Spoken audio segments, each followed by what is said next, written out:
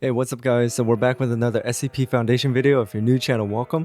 This one is called Exploring the SCP Foundation, and it's called SCP-2951, 10,000 years. This is a brand new anomaly, and I don't know what it is, so this is the first time I'm being exposed to this anomaly. If you guys have any other information about this anomaly, please put it down in the comments below. But without anything else, let's jump into the video. SCP-2951, 10,000 years. There are a lot of naturally scary places in our world, such as dark woods, cemeteries, the circus, and for many people, mines, especially abandoned mines. With risks of poisonous gases, cave-ins, sudden drops, and tight confines, people have plenty of reasons to be wary of old mines. This is the SCP universe we're talking about though, so there's even more reason to be scared, which brings us to SCP-2951. In the real world, mines are abandoned for a variety of reasons, but an SCP mine is abandoned for really only one reason. Things got really weird. SCP-2951 is an abandoned limestone mine in Indiana, originally owned by the B.G. Hoadley Mining Group, until 1944, when an incident. I like how he uses real photos. The primary entrance of the mine collapsed during that incident and is currently inaccessible, but a secondary shaft located in a dilapidated storage building remains accessible. The interior of the mine is subject to irregular spatial and temporal anomalies, as well as the presence of unknown entities, believed to be connected to the 1944 incident. The Foundation's information on the incident was taken from files collected from the personal office of J. Howard Barnes, an informant for the GOC, and an administrator for the Curvier Corporation, a company involved with various anomalous mining operations. On August 23, 1944, seismic activity was detected below the Lemon Quarry, prompting supervisors to send a team into the mine to assess the damage. 3 hours later, the team returned and reported that an important access tunnel had collapsed. A larger team of workers was assembled to clear the debris out, but while working, additional seismic activity occurred, which is noted as being unusual for the area. Another tunnel collapsed behind the workers, trapping the crew. I can't work in a mine, guys. Teams worked on both sides of the collapse to help. Shout out to all the miners out there. And when the crew was freed, they reported that a new tunnel had been opened during the activity, one not made by the miners. This new tunnel had not been charted by the mining corporation, so a small team was sent in to explore it. The tunnel was described as cut smooth, but not unnaturally so, and descends at a slight decline. Supervisors believe that this tunnel was an original access tunnel cut by the mine's original owners, and was not properly recorded. A team of 23 men were sent into the tunnel in the hopes that it would loop back around behind the original blockage, allowing them to assess the damage from the other side. 23 ain't gonna come out. Little else was noted after that team was sent in, although there was another round of seismic activity, causing the primary entrance to collapse. Teams above ground worked over the next 3 days to clear the rubble at the entrance, while others tried to contact the missing team using telephone cables run down the secondary entrance. On the evening of the third day, just as the administrators of the mine were preparing to request assistance from other nearby mining groups, an individual emerged from the secondary shaft. The only note of this event is a telegraph that was sent to the offices of the mine administrators. It reads, "Mine abandoned.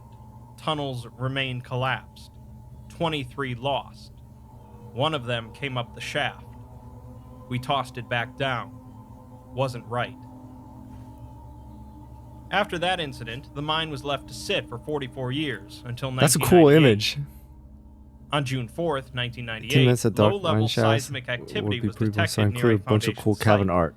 and a team of Foundation geologists were sent to investigate. They were unable to pinpoint the epicenter of the disturbance, and simply left several seismographs in nearby towns to detect aftershocks.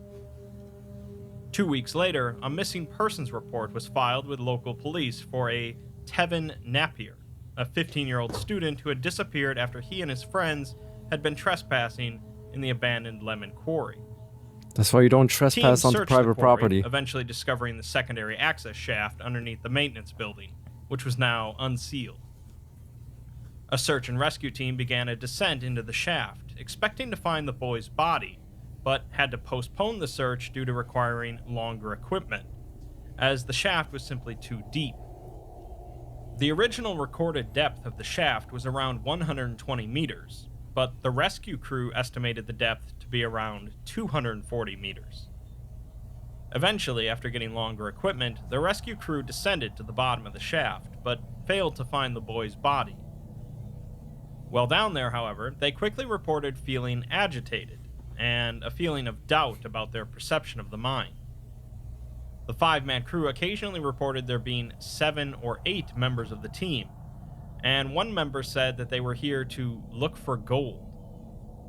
43 minutes after entering, the team stopped responding to radio communications, and so the above-ground team began to retract the tether. Looks like the mines of Moria. However, they began retracting far more rope than had been sent down, and after retracting 400 meters of rope, the winch was no longer able to take any more. This is, of course, the point where the Foundation comes in, taking control of the rescue operations under the guise of a federal search and rescue team. They used a far more powerful winch system and were able to retrieve 2 of the 5 men, still attached to their tethers. The first man became increasingly agitated and violent, still convinced he was in the mine, while the second man was initially thought to be comatose. After 20 minutes, the second man began speaking unintelligibly, but others said that the voice he was speaking in was not his own, but that of another rescue member still in the mine. Of the 3 other ropes, 2 returned with clean cuts at the end, and the third was covered with human blood for 13 meters, and appeared to have been cut with a jagged rock. The Foundation administered amnestics to all civilians involved in the operation, and spread a cover story about what had occurred in the mine. A mining disaster, I'm guessing. The mine was then classified as SCP-2951, and an exploration was approved. The exploration was carried out by MTF Trotter 5, Hell's Heroes, a 4-man team. Their goal was to further assess the nature of 2951 and to locate the lost search and rescue members, as well as the missing teenager. They went in through the secondary shaft and were to only stay in the mine for 40 minutes. The team descends 120 meters down the shaft, reaching the bottom, despite the search and rescue team reporting the depth to be 240 meters. They don't find much evidence of the rescue team here aside from footprints, which they begin to follow. T5-2 is tasked with keeping track of time, reporting every 10 minutes that they're down there. They find lines in the wall from where the tether ropes rubbed against the rock, but only 2 lines.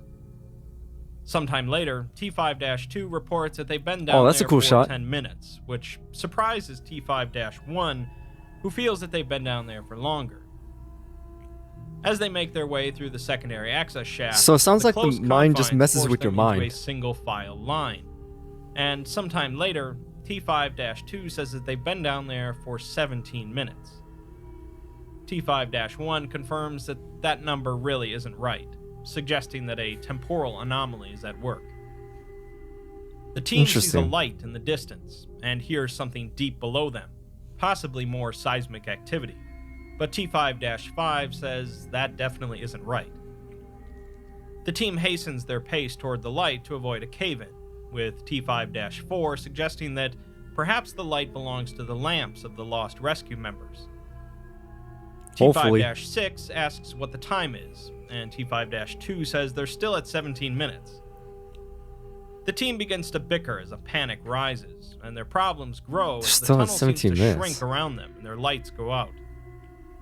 T5-5 mentions multiple times that something is deep below them, but T5-1 calms the team down and ignites a lighter. They notice that the tunnel they're in is blocked. Small lighter? Apparently has well, then again, better than nothing. T5-2 notes that the time is at 13 minutes, which is certainly not correct, but T5-1 only says they've been down there too long already. Multiple members agree that they've been down there for too long, as they continue down a smaller, separate tunnel. After some time, they emerge into the main access shaft, but T5-4 acts suddenly surprised at T5-3's existence. T5-2 says that there were only 4 of them, and then T5-6 says that there were only 4 of them. Multiple gunshots are then heard as T5-5 repeats, "Too long in the fire," over and over. T5-3 notes that they're wearing the team's uniforms, and one is on fire before it violently combusts. Following the events of the log, the MTF was removed from the access shaft and given a thorough examination. T5-1, 3, and 4 suffered minor lacerations and burns, and T5-2 received more serious injuries. The remains of the unknown entities were also pulled out, each wearing the same uniform as the rest of the team, and they were confirmed to have been mimicking the voices of the other team members. Combining this with the low lighting and tight quarters led the team to fail to distinguish how many were with them during the exploration. Dude, look how small the people are down In a follow-up there interview compared to with that. T5-3, a doctor asks him to confirm the anomalous passage of time. 3 says that he's been in similar situations before, and thinks that they might have been down there for 4 hours. The team's logging equipment was active for 5.5 hours total, but to the personnel above ground, they were only in the mine for 19 minutes. 3 says that the experience was very disorienting. What the? Like your mind starts to feel like soup, and you can't recall if something happened even if it just did. When asked about the unknown entities, 3 remains confused on how they had managed to get a hold of copies of their uniforms and equipment, even the name badges with the identification scorched off. 3 says that they were mostly single file, and it was very hard to tell what was happening down there, initially blaming the acoustics on why he heard someone's voice behind him despite the person being in front of him. 3 asks about the teenager, who is still missing, and T5-2, who still hasn't said anything about the ordeal. The doctor asks if 3 wants an amnestic, but he refuses it, saying that if he's still dreaming about that thing screaming at him with his own voice in a month, he'll take one. Following these events, the Foundation began to try and track down information about the mine, specifically records from the just BG close the Holdley mine. mining group. Blow the entrance This apart. proved difficult, however, as the company had closed down 40 years prior, and the potentially anomalous nature of the Curvier Corporation made accessing their records tricky. The Foundation did, however, manage to make contact with a Mr. Gorman P. Ellis, a retired investigator for BG Holdley. Ellis proved to be cooperative during the Foundation interview, and although he initially says he never worked at Lemon Quarry, he goes on to say that he did spend some time there. He had gone in with a team to clean up the mining operation after it was shut down, and notes how strange it was that there had been earthquakes at all in the mine. He also remarks on the strangeness of an out-of-state company like Curvier coming in and buying a small, abandoned mine like Lemon Quarry. Ellis is the one that suggests the Foundation get a hold of J. Howard Barnes, who they recover most of the information on the mine from. The interview ends with Ellis mentioning that the cleanup job was peculiar because even though there were a dozen men with Ellis's team, another dozen or so from Curvier, and 5 or 6 men from BG Holdley, he doesn't think that even one of the others spoke to them the entire time they were there. Speaking of J. Howard Barnes, in addition to the records collected from his office, By the way, that's a cool the image. Foundation I'm sorry also for saying it discovered late. a few pieces of relevant personal correspondence that had been sent I'm to just him. really listening to this. The first, from a man named Trent, tells Barnes that there had been an incident at the mine, trapping 20 or so men. He figures that Barnes should know so he can contact the company's lawyers. Another man writes Barnes and says that a bunch of men in suits showed up in the mine asking about the cave-in. He doesn't know if they're lawyers or not, but they asked strange questions about wanting to listen to the rocks. An employee of Curvier International wrote to Barnes, informing him that their Bro, company look has at the just rocks. purchased the That mine, is so cool. and they are interested in All any the faces. information he might have on it. The final piece of correspondence is unlabeled, but the writer tells Barnes that he saw something that was like a man crawl out of the hole at the mine. It Nope. smoked and burned and cried out in someone else's voice, and they say it was a thing pulled straight from the pit itself.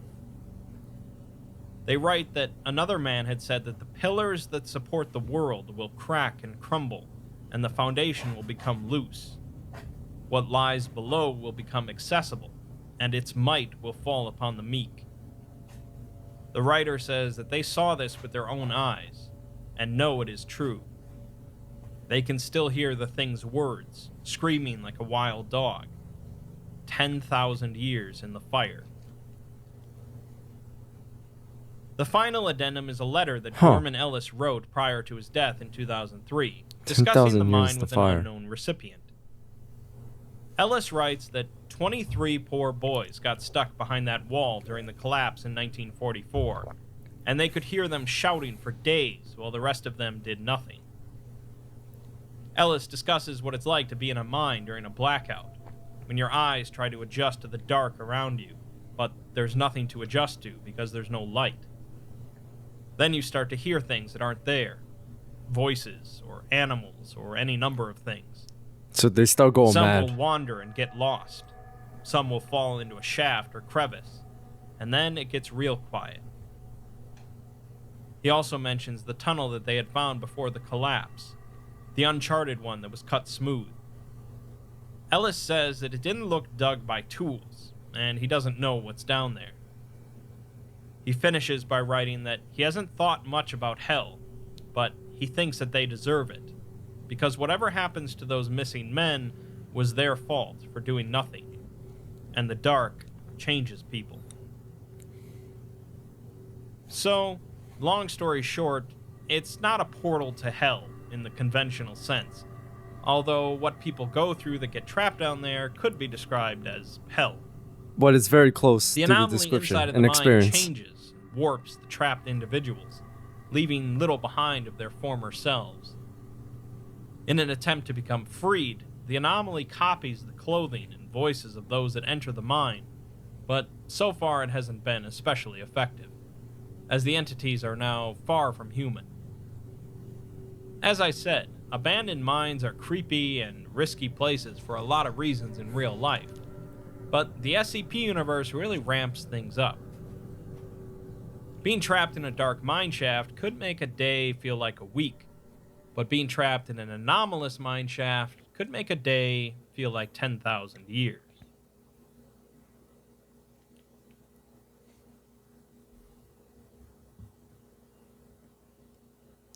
I'll let you guys read that.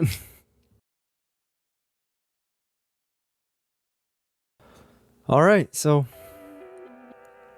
there you guys have it. So that was exploring the SCP Foundation, SCP-2951, 10,000 years. So what I got from this video was SCP-2951 is not like a figure or an object, it is a location, which is a mine. And the mine has some sort of abilities that can really mess with the people's mind and also their physical appearance. And I guess it's like messing with the time as well. You don't know how long you feel like you've been in there, and it could be just a few seconds, it could be hours, it could be minutes, and for some it says like it feels like 10,000 years. So that's scary to be honest. But anyways, I actually did find a fan-made film, a short film that actually talks about SCP-2951, 10,000 years, and it is by Andrea Joshua Asnikar. I hope I'm saying that correctly. But I'm going to be watching that next. But so that's the whole reason why I watched this video, SCP-2951. Because when I'm introduced to like a live action video or anything like that, I would like to watch a video first that talks about the anomaly, so at least I have some idea of what it is or what it can do when I jump into that other video. So keep an eye out for that video. It should be coming out after this one. So thank you guys for watching. I hope you enjoyed this video of SCP-2951, because I really did. as always. And also, thank you so much for watching. I really do appreciate it. And also hit that notification bell so you know when I drop another video. And thank you again so much for your support. It means everything to me. It's what keeps this channel going, and also it's what it makes me keep on like producing videos, at least like 3 to 4 videos a day. Anyways, until then, I'll see you guys next time.